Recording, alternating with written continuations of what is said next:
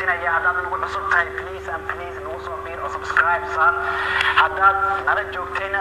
we are family thanks for the support.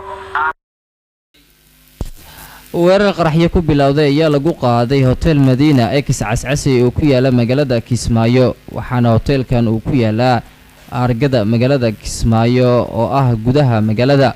waxaana la sheegay in weerarka ay qaadeen dable huweysana waxaana uu ku bilowday kadib markii hotelka iridkiisa hore lagu dhuftay gaari walxaa qarxa laga soo buuxiyay inta kadibna waxaa gudaha u galay dable bastoolada ku huweysan iyo sidoo kale qoryaha fudud oo noocyadooda kala duwan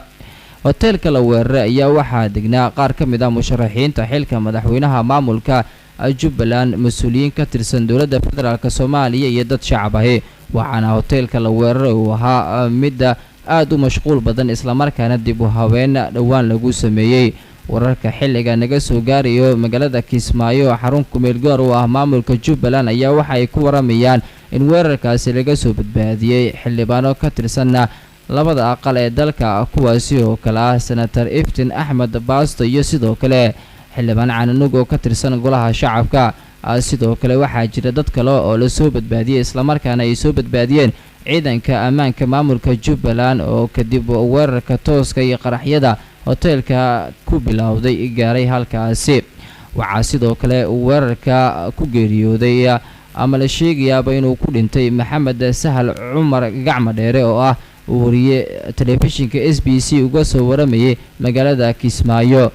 wararka sheegaya in wariyaha uu geeriyooday ayaan la hubin balse dadkii la sugnaa ama la joogay markii qaraxa iyo weerarka u dhacay ayaa waxa ay sheegeen in xabad madaxa kaga dhacday isla markaana goobta ay kaga carareen sidoo kale weerarka ayaa waxa mas'uuliyadiisa sheegtay dagaalamayaasha Al-Shabaab waxaana ay sheegeen in dable iyaga ka tirsan ay weerarkaasi geysteen isla markaana hotelka ay ka dhex dagaalamayaan waxaana ay ku sheegeen in hotelkaasi ay degnaayeen mas'uuliyiin ka tirsan dowladda federaalka Soomaaliya iyo kuwa maamulka Jubbaland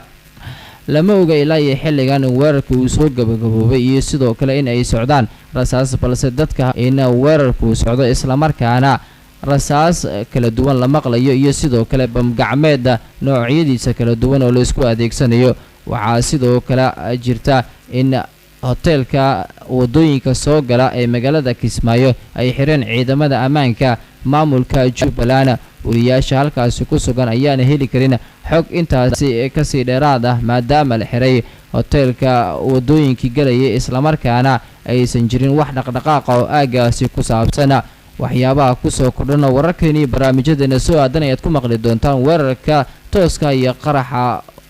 lagu qaaday hotel Madiina ee Cascasay magaalada Kismaayo.